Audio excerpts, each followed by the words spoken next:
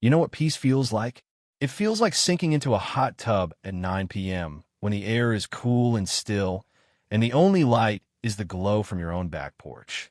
It's the hiss of steam, the scent of cedar, the feeling that, for once, nobody needs anything from you. That was the kind of life I built when I moved out here. After 15 years as a forensic investigator, I was tired of city noise, crime scenes, and the suffocating grind of chaos. I wanted silence. I wanted solitude. So I bought a small house tucked at the edge of a quiet HOA neighborhood, just far enough away to be left alone, but still close enough for Amazon to deliver on time. And for a while it worked, until Karen moved in. Her real name was Lisa, but no one called her that. From the moment she arrived, she announced herself like a storm front with a clipboard. She'd knock on doors with laminated surveys, lecture people on lawn height, and issue passive-aggressive reminder slips about everything from recycling bins to mailbox decor. Within weeks, she declared herself acting head of the HOA Social Harmony Committee. Whatever that meant. I kept my head down until she came after my hot tub. I'd installed it with my own hands, a custom cedar enclosure with motion lights, a sound system, and a discreet privacy fence. It was my sanctuary, my therapy, my everything. But according to Karen, it was a disturbance to the visual cohesion of the neighborhood. I received a letter, typed, bolded, and signed. Dear homeowner, we've received anonymous concerns about your backyard structure. It may be in violation of visual tone standards. Kindly remove it or submit a redesign request through HOA Form 11B. I ignored it. Legally, my property was outside the HOA-controlled aesthetic zone. But Karen didn't like being ignored. A week later, I came home to find a line of folding chairs set up along the shared fence line behind my backyard. On them, 5 women, all in matching robes, drinking mimosas. In my hot tub, I blinked, walked around back, and there she was, Karen herself, lounging like she owned the place. "Excuse me," I said. She looked over, nonchalant. "Oh, we assumed you were out of town. It's just a little neighborhood ladies soak." In my tub, she laughed. "Don't be so uptight. It's a community celebration." I didn't yell. I didn't argue. But I did walk back inside, quietly stunned. She had somehow, without permission, invited guests into my hot tub, accessed via the broken gate I later found pried open.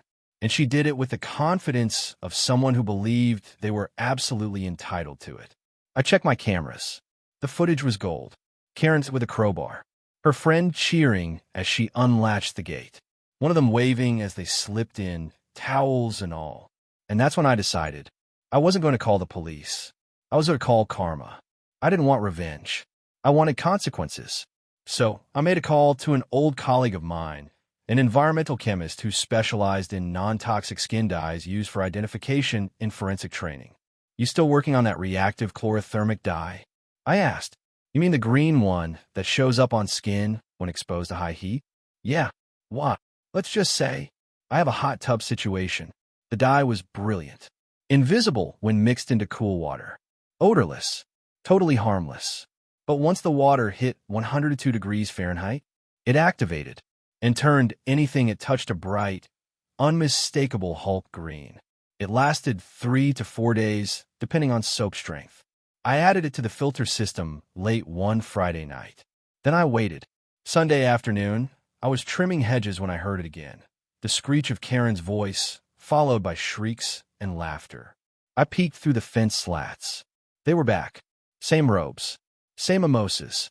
Same smug entitlement. But this time I didn't stop them. I waved from a distance, gave a thumbs up, and went back inside.